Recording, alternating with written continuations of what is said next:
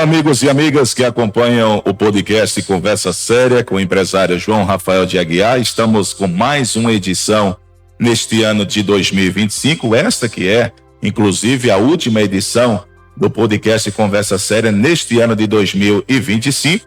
E nada melhor do que nesta última edição deste ano, conversar e fazer um balanço, uma retrospectiva do ano entre vários assuntos com o nosso empresário João Rafael de Aguiar. Bem-vindo, empresário, bom dia. Bom dia, Evandro, bom dia, Tiago, bom dia a todos os nossos companheiros de trabalho. Cumprimentar também a todos os nossos ouvintes, tanto da Rádio Cultura quanto da Rádio Rural de Guarabira FM. E dizer que os internautas também que nos dão a honra e a satisfação de sempre estar ligado nesse podcast, Conversa Séria. Na verdade, o ano de 2025 para nós foi um ano, graças a Deus, muito mais importante do que o ano 2024.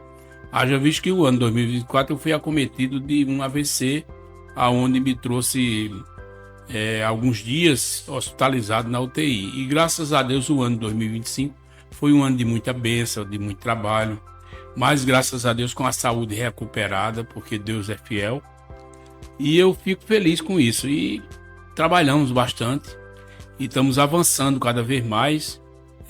As nossas emissoras, tanto a Rural quanto a Cultura, têm galgado sempre um espaço importante no mercado. Não é diferente com o NE1 Notícia, que tem levado notícias longínquas mais distantes dessa região e desse país.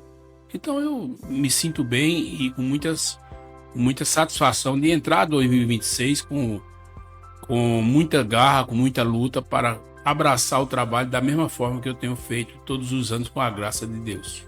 Empresário João Rafael, esse ano de 2025, assim como os demais, ele teve seus desafios, evidentemente. E falando um pouco das rádios, né, Rádio Cultura, Rádio Rural, empresas do Grupo João Rafael, esse ano de 2025 foi possível, de fato, almejar tudo aquilo que foi planejado para as emissoras? A gente sabe que, evidentemente, não é fácil, a concorrência é muito forte e a cada ano que passa tem que se reinventar para justamente dar continuidade a esse processo. Como foi esse ano de 2025 no sentido rádio? Olha, na verdade a nossa equipe é muito audaciosa, sempre sai à frente. É por isso que nós temos uma preferência muito grande perante os nossos ouvintes e também com os nossos colaboradores. As pessoas que querem divulgar suas marcas, seus produtos e também apresentar suas prestações de conta na área política ou profissional liberal, têm procurado sempre nossas emissoras para fazer esse tipo de prestação de conta. Então, por isso, nós temos a satisfação de dizer, nós temos uma das melhores clientelas que não nos dá trabalho. Por quê? Porque nós não fizemos objeção partidária. Aqui, as pessoas que têm interesse em apresentar programa ou queira dar uma entrevista, não importa que partido seja, o importante é que a rádio atende muito bem. E também nós temos o privilégio de dizer, na área, que são as áreas mais difíceis, vamos dizer, de contornar, a área religiosa também nós temos, graças a Deus, tido uma atenção muito grande por parte da Igreja Católica e também das igrejas evangélicas, que têm acreditado muito no trabalho das emissoras, e temos diversos programas terceirizados com as igrejas evangélicas e também com a Igreja Católica.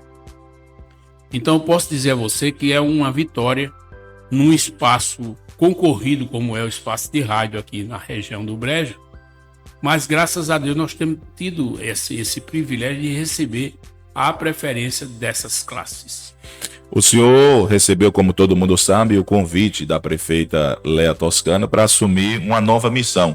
Além de todas as atribuições que o senhor tem como empresário e de vários segmentos, também recebeu esta missão de comandar uma das pastas, e essa que é uma das mais importantes dentro de um governo, que é a de indústria e comércio. Nesse ano de 2025, quando o senhor assumiu esse projeto, conseguiu de fato implantar tudo aquilo que o senhor planejou com toda a sua equipe para melhorias do comércio local? Olha, Evandro e ouvintes, eu acho que eu me surpreendi, inclusive, com essa área. Por quê? Não só a indústria e comércio, mas também está agregado o desenvolvimento econômico da cidade, aonde se analisa o potencial de crescimento da cidade ou pelo menos a conservação do desenvolvimento da cidade. E nós assumimos em janeiro, começamos a trabalhar. Na verdade, a prefeita sempre preocupada em instalar um local importante que fosse compatível com o recebimento da classe empresarial nessa secretaria, e encontramos no shopping.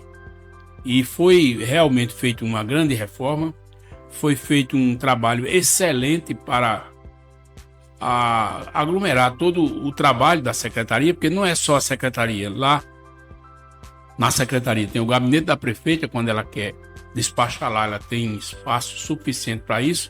Temos a sala do empreender, que é exatamente uma das coisas mais importantes. Para você ter uma ideia, durante o ano 2025, foram atendidos na sala do empreender os microempresários, pequenos empresários que precisam realmente de documentos, de atualização de documentos, emissão de notas fiscais. Nós atendemos mais de 1.700 pessoas. Então foi um trabalho importante. Por outro lado, também tem a sala dos cursos, que é comandada pelo nosso companheiro Gilson Cândido, que tem uma experiência muito importante nessa área. Muitos cursos, vários cursos foram realizados, todos concluídos e entregue os seus certificados. Eu diria, Evandro, que um dos cursos mais importantes que eu achei foi o curso da capacitação de motorista de transportes escolares. Porque depois que aconteceu aquele acidente na estrada de Pilões, vitimando 2 estudantes, a própria Procuradoria do Estado ficou atento a qualificar os motoristas. Sabendo que é um curso caro, não é um curso barato, mas nós firmamos um convênio com o Senat-SESI, aliás, Senat-Senai, que na verdade foi feita uma parceria, mas o custo não era barato. Então a prefeita não mediu esforços e autorizou, e foram capacitados aqui 30 e poucas motoristas, todos com certificado, apto a trabalhar nessa área, porque não é fácil, mesmo que você seja um motorista qualificado com a carteira D e E, pode dirigir qualquer tipo de transporte, mas existe um cuidado especial com quem transporta estudantes. O cuidado é redobrado, e por isso foi preciso fazer esse curso. Todos ficaram muito felizes e satisfeitos. Nós, juntos com outros secretário da Educação e também a prefeita e o vice-prefeito, fizemos a entrega desse certificado, e nós podíamos ler na fisionomia de cada motorista a satisfação que tiveram em realizar esse curso. Tivemos também curso de gastronomia. Foram 50 pessoas qualificadas. Esse curso foi um convênio feito com a Farmabase, que é uma das grandes fornecedoras do Grupo Guaraves. Tivemos o apoio do Guaraves, tivemos o apoio do Sebrae e tivemos o apoio da Prefeitura de Guarabira. E isso foi importante, porque muitas pessoas saíram dali capacitadas para o mercado de trabalho, seja para trabalhar num restaurante ou numa lanchonete, ou para montar o seu próprio negócio. Porque não é só fazer o prato, mas é também como fazer o salgadinho, como fazer os doces, enfim, todo esse tipo de confeitaria também entrou no processo de treinamento. Professor literalmente qualificado, e tivemos também a entrega do certificado desses formantes, e para mim foi um motivo de alegria e satisfação. Então, para mim é uma experiência diferente, porque nunca trabalhei com serviço público, mas sempre recebi, durante todo esse ano, o apoio dos meus companheiros, que também são secretários, que exercem essas funções, e principalmente da senhora prefeita Léa, que tem dado muito apoio à nossa secretaria. Por isso eu estou muito bem, graças a Deus, dizendo que nós vamos firme e forte continuar o ano de 2026, até porque a prefeita já assinou diversos convênios com o Senai para realizar diversos cursos já a partir de janeiro agora de 2026. Acreditamos que a partir do dia 13 de janeiro a nossa secretaria já abre o espaço para que as pessoas interessadas possam se inscrever nesses novos cursos que vão fazer. Então são diversos cursos. Acredito que durante o ano nós devemos realizar entre 20 e 25 cursos. Isso com o esforço de toda a equipe. Nós temos uma equipe muito boa na secretaria. Temos o Luan, que toma conta da sala do empreender, com o apoio da nossa secretária Varluce, que é uma pessoa extremamente competente, e o Gilson, que está na área de curso, que ele dispensa comentários, já visto a sua experiência vasta no mercado de trabalho como ele tem. O senhor toca num assunto muito interessante, inclusive eu acompanhava esta semana, recentemente, um noticiário em que existe uma preocupação muito grande com a questão da profissionalização de um dos setores de grande importância, que é justamente a aviação.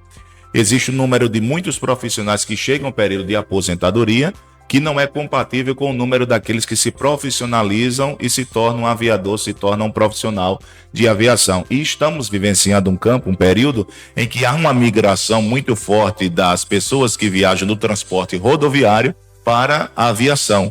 Até pelo custo da passagem, que é quase parelho o mesmo valor, e também pela mobilidade, pelo tempo que se ganha, é incontável de fato a vantagem que se tem de você viajar de um avião, de seu destino, para o transporte rodoviário. Por isso que há toda essa migração dos transportes. E há essa preocupação de que futuramente pode faltar o profissional nesse sentido. Assim como a aviação, vários setores que também hoje em dia clamam pela profissionalização, pela pessoa técnica e que infelizmente está em baixa nesse sentido, né, São João? Eu concordo plenamente com você e dizer que se não houver uma conscientização nessa área, principalmente na área de educação, para que as pessoas tenham consciência da necessidade de determinadas profissões, mas é preciso que o poder público, seja ele estadual, federal, municipal, comece a se preocupar no investimento da qualificação de mão de obra. Porque muitas vezes você não segue aquele ritmo de aprender aquela profissão por falta de incentivo. Mas se você tiver um incentivo inicial, naturalmente você vai tomando gosto e daqui a pouco você é um profissional da área. Então é preciso que seja visto isso aí com muita antecedência, não pode deixar para depois. Eu creio que o transporte rodoviário tem diminuído muito, o transporte rodoviário de passageiro tem diminuído muito aqui no Brasil e o transporte aéreo tem aumentado bastante. Mas é como você disse, está faltando profissional e não é todo mundo que se predispõe realmente a trabalhar nessa área, seja de compor a comissão de trabalho, como também o próprio piloto, não é?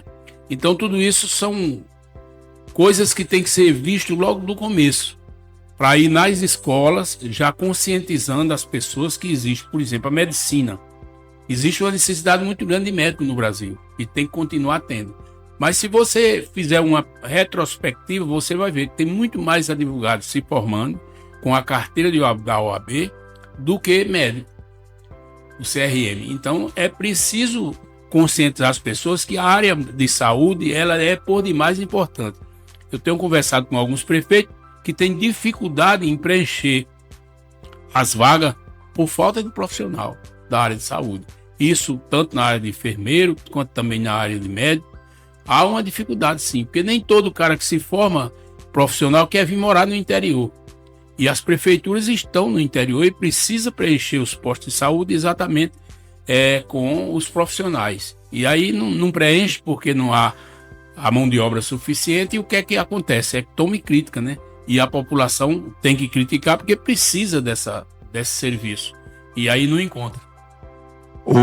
O que eu tenho acompanhado ultimamente, faz parte disso que nós estamos falando, é de que muitas pessoas estão fazendo um comparativo com os benefícios sociais que ganham hoje em dia relacionado ao salário mínimo. E muitos dizem, olha, o valor que eu ganho de benefício social, ele é igual e muitos até superam, dependendo da capacidade familiar, um valor de um salário mínimo que inclusive vai ter um reajuste para o novo ano que está chegando. O senhor acha que tem prejudicado esse interesse da pessoa se profissionalizar, de ir para o mercado de trabalho e ganhar o seu salário, essa questão do assistencialismo? E se o senhor acha que está acontecendo, o que deve ser feito pelo governo federal para que não tenha esse desinteresse da população e mesmo assim possa ter o auxílio que é dado hoje? A política está errada, essa política de emprego no Brasil está errada, porque se você analisar, se você estiver desempregado literalmente na sua casa, você recebe Bolsa Família, você recebe Bolsa Escola, Bolsa Gás, somando tudo vai dar o quê? Uns R$900 aproximadamente, pode até dar mais se tiver mais filhos estudando. Se você estiver ganhando um salário mínimo, você vai receber em torno de 1.480, 1.490, quando desconta a Previdência Social. Se você matar alguém ou roubar e for preso, você recebe 1.700 e alguma coisa. Então, quer dizer, a política está mal distribuída. E aí há quem diga o seguinte: se você roubar muito, você pode ser um político e ser eleito, não é? Então, quer dizer, está tudo errado no Brasil, que precisa ser realmente revisto esse tipo de política. Eu acho que o Bolsa Família é uma necessidade do povo brasileiro, mas ao mesmo tempo tem que dar um incentivo para que a pessoa tenha um espaço de tempo para procurar ou para se qualificar no emprego. Porque senão vai ficar como se fosse uma pequena aposentadoria e o cara termina fazendo um bico ali, um bico acolá e se acomodando. Então, eu não sei que política é essa, acho que precisa de conserto, mas a classe política não tem demonstração de como melhorar. Você sabe que o INSS foi cometido de um escândalo absoluto com esse roubo. Por quê? Porque a própria sistema do INSS permitiu, ou os administradores, ou o sistema permitiu que se fizesse esse desconto dos velhinhos aposentados. E também facilitou-se muito uma política errada para ajudar banqueiros quebrados, para que você pudesse fazer empréstimo. Como aposentado, faz um empréstimo aí para pagar em 72 meses, você fica o resto da vida praticamente aposentado sem receber, porque você se comprometeu com um empréstimo, e agora o governo achou pouco e insistiu com um empréstimo na CLT, onde você, como funcionário da CLT, você pode fazer até 7 empréstimos, dependendo do seu fundo de garantia, mas o fundo de garantia praticamente não garante. Quem tem que pagar é a empresa e desconta do funcionário. Mas chega um período, como já está chegando, pelo menos no nosso grupo, que tem pessoas que já fez tanto empréstimo que não dá mais para descontar. Aí vai somando, acumulando saldo devedor. Eu não entendo que política é essa, porque você não vai no banco para fazer o empréstimo. Você faz em casa o seu empréstimo. Será que não vai entrar um hacker e não vai fazer também empréstimo por você? E daí a pouco você está comprometido? Então, tudo isso é uma política para facilitar, para ajudar banqueiros e acabar com a vida do pobre trabalhador. Essa é a minha visão. O senhor é um empresário bastante conceituado, principalmente no ramo têxtil aqui na cidade de Guarabira, e que inclusive em suas fábricas exportam o produto para todo o Brasil, fardamentos e por aí vai. Como é que o senhor tem avaliado nesse ano de 2025 a questão econômica do Brasil? Entre altos e baixos, como é que o senhor tem visto? Se teve alguma evolução, se retrocedeu, como é que o senhor avalia a economia neste ano? Olha, retrocedeu, acredito que não houve retrocesso, mas houve assim um nivelamento. Dificilmente tem um empresário que tenha coragem de fazer investimento de tecnologia ou de modernização na sua empresa, porque as taxas de juros praticadas no Brasil é assustadora. Hoje, qualquer tipo de investimento que você fazer, você vai pagar um juro acima das suas perspectivas de lucro. Então, resultado, você pode até quebrar se você começar a investir. Então, o Brasil está passando por isso. A indústria não cresce. Por que a indústria não cresce? Porque não há, de forma nenhuma, como investir na tecnologia para competir com os mercados internacionais. Você vê o Brasil abarrotado de produtos da China e de outros países, porque o nosso produto fica caro. Por que fica caro? Porque nós não temos tecnologia, apesar de ter uma mão de obra relativamente barata, mas não existe como investir no potencial da empresa. Então, espero que amanhã ou depois essa classe política reveja que essa política está errada. O Brasil nunca arrecadou tanto imposto como está arrecadando agora. Recordes e mais recordes todo mês batendo, mas mesmo assim não se convence. Foi feita uma reforma tributária e essa reforma tributária começa a entrar em prática, pelo menos de experiência, já a partir do dia 1º de janeiro. Os lojistas, os comerciantes, os empresários têm que ter muito cuidado, porque ele é passível de ser pego de surpresa se não atender os requisitos do novo sistema de faturamento. É bom que se procure um bom contador, que se atenha seu contador, receba um treinamento do contador para passar para o setor de faturamento, para saber como vai proceder a partir do dia 1º de janeiro. a taxa dessa nova tributação não é tão alta ainda, é 1%, mas deve chegar a 30%. Deve chegar a 30%. Num decorrer aí de 6 anos, eu acredito que deve chegar a 30%. Então é necessário que as pessoas tenham consciência de que tudo que vai sendo modernizado prejudica o consumo do trabalhador. Você chega no supermercado, as coisas estão cada vez mais caras, mas o governo faz uma pesquisa de preço e o IBGE, que é do governo, diz que os preços estão caindo. Agora, eu não sei se estão caindo só na zona rural ou se estão caindo no supermercado, porque na feira não está. No supermercado também não está. Então é uma política de enganação que a gente vê todo dia pela classe política que administra esse país. Inclusive, nós acompanhamos recentemente nos programas diversas reclamações de ouvintes aqui da cidade de Guarabira no quesito da farmácia básica, onde vários medicamentos que eram entregues todo mês a esse povo que precisa, agora eles foram, justamente na época de final de ano, eles foram aí travados. Não existe mais essa entrega e muita gente tem sofrido com isso, com essa questão do medicamento que era rotineiro e que infelizmente não está sendo entregue mais. Infelizmente, a gente vê uma propaganda nos canais do governo que é uma maravilha. Parece até que nós não estamos no Brasil. Parece até que estamos na Suíça ou em outros países bem mais ricos do que esses. Mas é maravilha. A farmácia básica funcionando, o sistema de saúde muito avançado. Na verdade, o sistema SUS é um dos melhores do mundo. Não podemos negar isso. Mas acontece que precisa de seus cuidados e seus investimentos. Esse caso da farmácia básica eu não acho que é um caso, eu acho que é um descaso. A classe trabalhadora não precisa de levar um choque desse. Quem precisa sabe da necessidade de um medicamento continuado. Aí descontinua, como é que vai ser? O cara não tem dinheiro para comprar. E aí termina morrendo, amíngua, sem condição de ter socorro. O que é que acontece? Corre para a porta das prefeituras. Aí eu pergunto, as prefeituras têm determinados medicamentos que ela não tem autorização pelo Tribunal de Contas para fazer a doação desse medicamento. É preciso que você que precisa dê uma entrada na justiça para que a justiça determine a prefeitura a custear aquele documento. Com a ordem judicial, a prefeitura pode fazer, mas só para aquele caso. Quer dizer, não é uma coisa que a justiça vai mudar para todos os casos. Cada caso é um caso e cada caso tem que, daquele medicamento mais especializado, todos têm que entrar na justiça. Isso é um absurdo para as pessoas que mais precisam.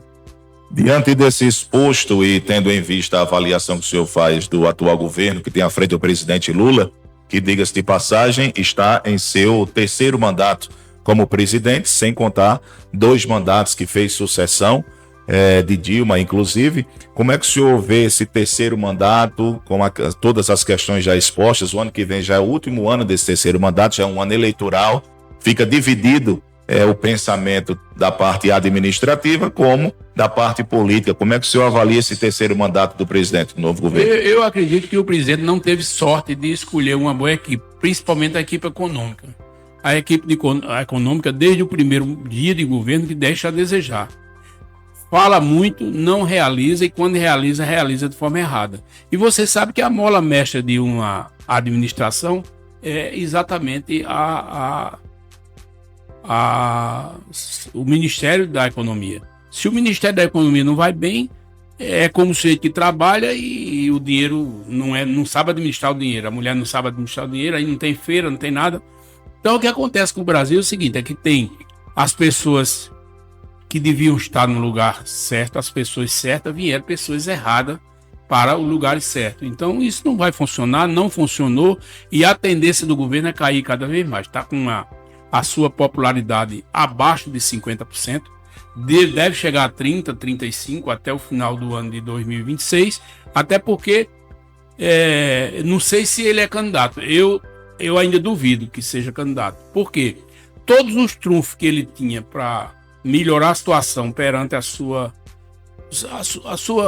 administração ao povo brasileiro, se você anotar, foi o pé de meia, que foi um grande avanço para a classe estudantil, não surtiu efeito.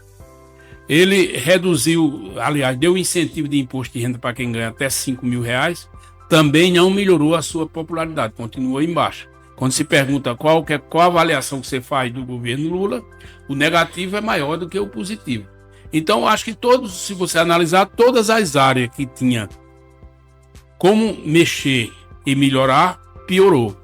Então, se ele for a pessoa como inteligente, nós sabemos que para chegar à presidência da República não é qualquer um, ele é um homem inteligente, ele vai analisar e vai ver que não tem como enfrentar essa campanha durante o ano de 2026, porque não vai ter o que oferecer à população. Tem dificuldade hoje até de pagar o Bolsa Família, embora a arrecadação continue crescendo, mas é aquilo que eu falei no início, o problema está na equipe econômica, que não sabe como fazer. Tá aí as estatais quebrando, como é o caso dos Correios, uma empresa centenária que prestou um grande e relevante serviço ao povo brasileiro, e hoje quem está trabalhando nos Correios está decepcionado. Por quê? Porque está vendo que não tem equipamento, não tem meios para trabalhar e, sobretudo, o salário defasado. Aí ele vai dar um aumento ao presidente dos Correios, à diretoria dos Correios, de 14%, quando o aumento que foi oferecido à classe trabalhadora não chega a 6%. Então isso é muito constrangedor para quem quer movimentar uma empresa tão importante e tão de necessidade para o povo brasileiro. Enquanto isso, existe o espaço sendo tomado por outros meios, como é o caso de empresas organizadas, como é o Mercado Livre, que você vê que está tomando conta de boa parte das entregas dos produtos brasileiros para a população, e os Correios parados praticamente. Então é preciso que se reveja tudo isso, porque o governo até aqui, na minha opinião, não disse para que veio. Fazendo uma avaliação de dois poderes importantes do nosso Brasil, que é o Legislativo, falando da Câmara Federal, juntamente com o Congresso Nacional, e o Supremo Tribunal Federal. Esses dois poderes, o Judiciário e o Legislativo, durante várias vezes nesse ano de 2025, entraram em rota de colisão. Temas que foram aprovados no Congresso Nacional, com aval, evidentemente, da Câmara Federal, também assim aprovado pela maioria, foi derrubado por uma canetada do STF. Então vieram se degladiando muito. E por último, infelizmente, estamos diante, pelo menos é o que dizem os especialistas, do maior escândalo já visto no Supremo Tribunal Federal, essa questão envolvendo o Banco Master e o ministro Alexandre de Moraes, com a sua esposa, com a advocacia feita para esse banco. Como é que o senhor tem visto esse conflito entre os dois poderes e a real situação dos dois? Na minha opinião, e aí você me desculpe se eu estiver errado, mas na minha opinião, isso é uma opinião minha, só existe um poder entre esses dois, que é o Supremo Tribunal Federal. Apenas o Supremo Tribunal Federal dita e o Congresso Nacional obedece. Não tem pessoas ali que possa fazer, veja bem, várias vezes se levantaram, vamos caçar, vamos fazer o impeachment de tal ministro. Fizeram? Não. Não tem como agir contra o Supremo. Então, quer dizer, deixaram a Vossa Majestade, Alexandre de Moraes, mandar em tudo. E ele não pensa que ele manda só no Congresso Nacional, manda o governo federal também. O governo federal praticamente é subordinado a Alexandre de Moraes, não é só ao Supremo Tribunal, é a Alexandre de Moraes. Então, quer dizer, se isso continuar, ninguém sabe aonde o Brasil vai parar. Tem muita gente sendo expulsa do Brasil por perseguição política e até por perseguição de opinião, como é o caso da imprensa. E ninguém toma providência, porque não tem como tomar providência. Porque esses homens, eles são semideus. Acima deles, só Deus, e eles nem acreditam que existe. Então, um dia tudo isso será resolvido, porque eu nunca vi, né, e nem pesquisei nas histórias e não encontrei. O mal não pode vencer o bem. Infelizmente, isso não vai. Olha, está acontecendo, mas não vai continuar. O mal não vence por pouco tempo, mas depois vem o bem, vence. O bem sempre vence. Trazendo a política de nossa Paraíba agora aqui no nosso tema, o ano que vem, 2026, que está batendo a porta, é um ano eleitoral, empresário João Rafael. E nós temos já alguns postulantes, nomes conhecidos da política, como, por exemplo, a governo do estado, nós temos Cícero Lucena, atual prefeito da capital. Nós temos o vice-governador do estado da Paraíba, Lucas Ribeiro, que é inclusive de uma família muito tradicional, a família Ribeiro. Efraim Filho, que é senador da República, né, e de também uma família bastante tradicional. Como é que o senhor está vendo esse cenário para 2026, com esses nomes até agora postulados e que podem vir outros também para formar aí uma disputa mais acirrada? A preço de hoje ainda é difícil fazer uma avaliação, porque deve sair uns candidatos de menor relevância. Já se fala que o pessoal vai lançar, ninguém sabe se o PT lança, mas creio que lance candidato, até porque esse povo precisa de palanque para candidatos a deputado e também por seus candidatos a presidente. Eu creio que deve haver apresentar nome de mais pessoas para o governo do estado. Mas a preço de hoje dá para se entender que nenhum dos três postulantes que se propõe a apresentar suas propostas para uma candidatura ao governo do estado, nenhum deles tem capacidade de vencer no primeiro turno. Creio que toda a disputa será somada para o segundo turno. Em sendo assim, somente lá para o mês de maio, mês de junho, é que poderá ter uma visão melhor sobre quem deverá sair na frente para o segundo turno e aquele que tiver mais capacidade de regimentar a liderança para compor a sua candidatura no segundo turno. Senhor João, eu tenho uma opinião a respeito da política aqui, trazendo para Guarabira, que é um dos grandes polos, um dos grandes centros, tanto econômico como também político, né? Um grande colégio eleitoral, importantíssimo, Guarabira. E tendo em vista todo o histórico, falando a nível estadual, Guarabira já teve governador do estado da Paraíba, Guarabira teve 2 deputados estaduais por muito tempo na Assembleia, teve deputado federal, e hoje eu faço uma avaliação, uma crítica também, inclusive, à real situação de Guarabira nesse sentido a nível estadual, onde nós possivelmente teremos aí a candidatura de Camila Toscano, que já é deputada estadual, mas com um nome muito forte, até podem ter 3 ou 4 aí, mas o nome mais forte cogitado para essa disputa não é de Guarabira, é justamente o secretário de governo Tibério Limeira, que não tem suas ramificações aqui. E na minha avaliação, eu acho que Guarabira caiu muito nesse sentido de representatividade estadual. Gostaria da sua avaliação a respeito disso, se o senhor acha que também caiu ou acha natural esse processo atualmente. Não tenha dúvida de que Guarabira nós sempre testemunhamos 2 forças políticas equilibradas aqui. De um lado, a família Toscano, que inegavelmente tem um grande serviço prestado à cidade de Guarabira, e do outro lado, a família Paulino, que sempre apresentou candidatos, deputado estadual ou deputado federal, mas sempre apresentou candidato, mantendo um eleitorado equilibrado aqui na cidade. Esse ano, tudo indica até agora que não há prenúncio de um nome com esse sobrenome Paulino para disputar a Assembleia Legislativa. Entendeu, parece, de fazer uma aliança com um candidato de fora. Pelo histórico que, pelo menos, eu acompanhei desde 1966, todas as campanhas estaduais aqui em Guarabira sempre foram muito equilibradas entre duas forças políticas. Na época era Ormar de Aquino e Pimentel, a família Pimentel, uma ilustre família aqui de Guarabira. Mas entenda que o tempo foi passando e aí esse povo vai ter que se mudar, outros saem da cidade, há o tempo natural de vida, né? E tudo muda. Então, vem outros que preenchem essa lacuna, como de fato veio a família Toscano, a família Paulino, que substituíram muito bem a família Pimentel e a família de Ormar de Aquino.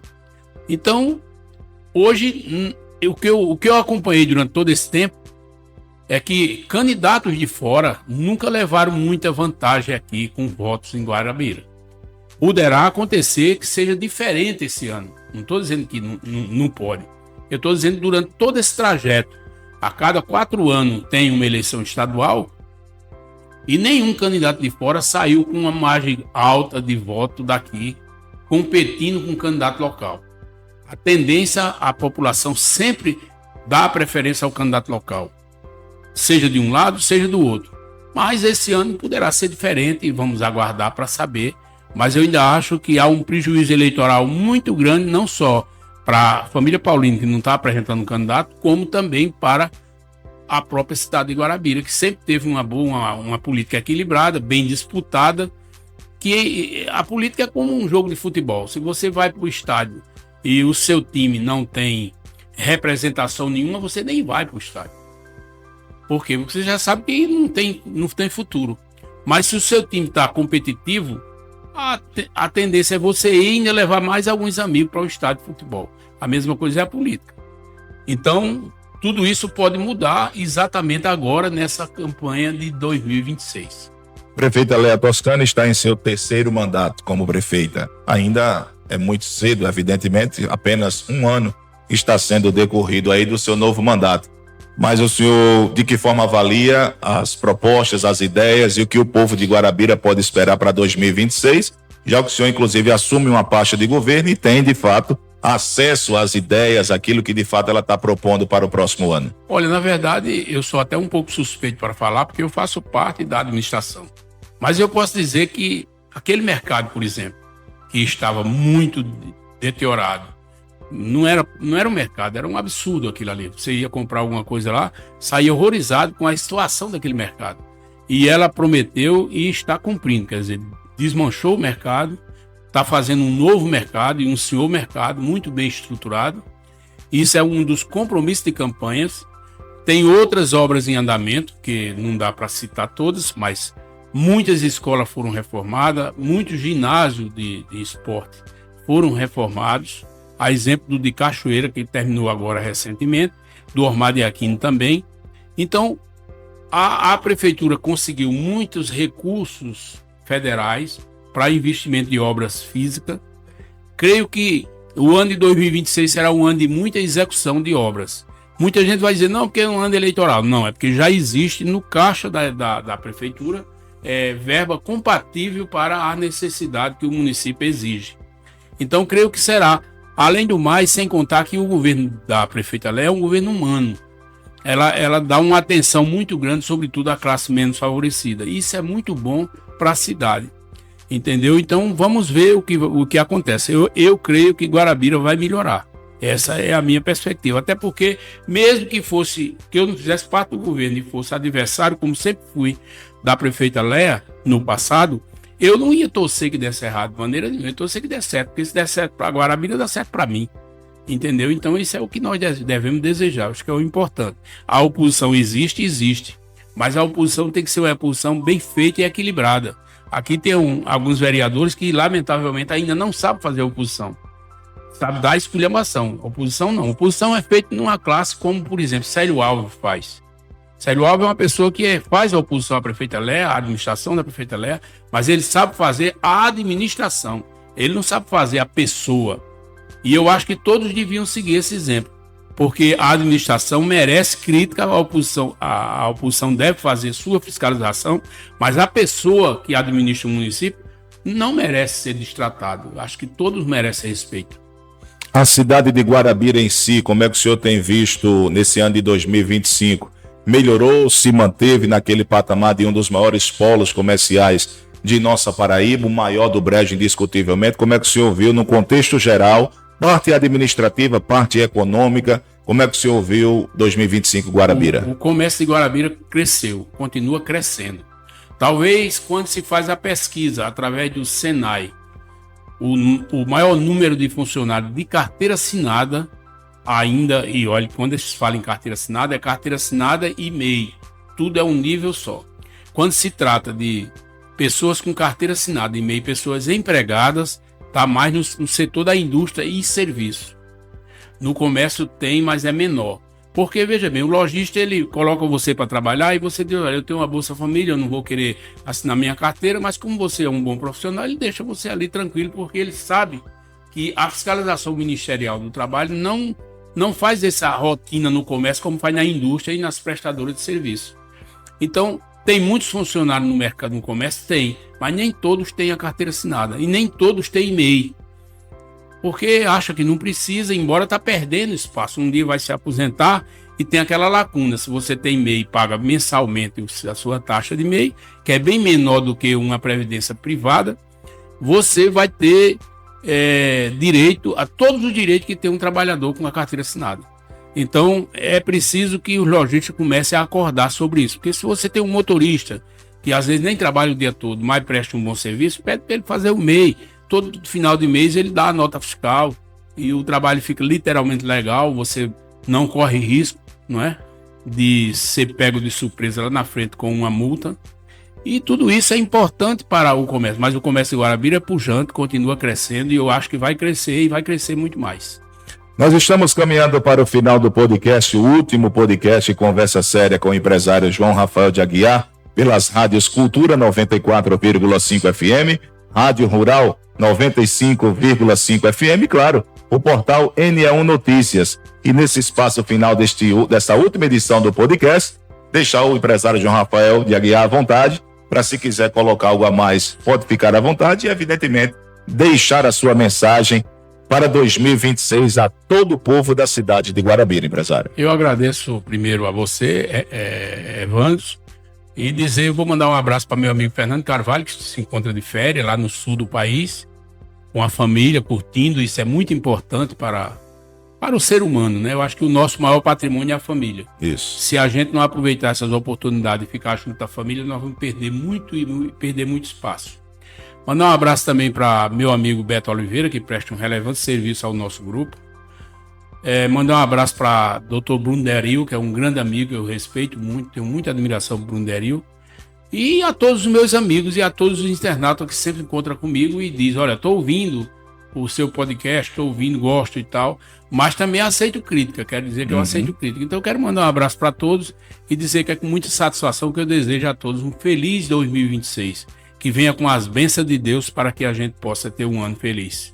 A todos os nossos internautas que acompanham o podcast Conversa Séria e a você, ouvinte das rádios, que acompanha também todas as segundas, muito obrigado pelo carinho de todos vocês e que 2026 venha repleto de grandes realizações e que continuemos com mais edições do podcast Conversa Séria. Até lá. Um abraço.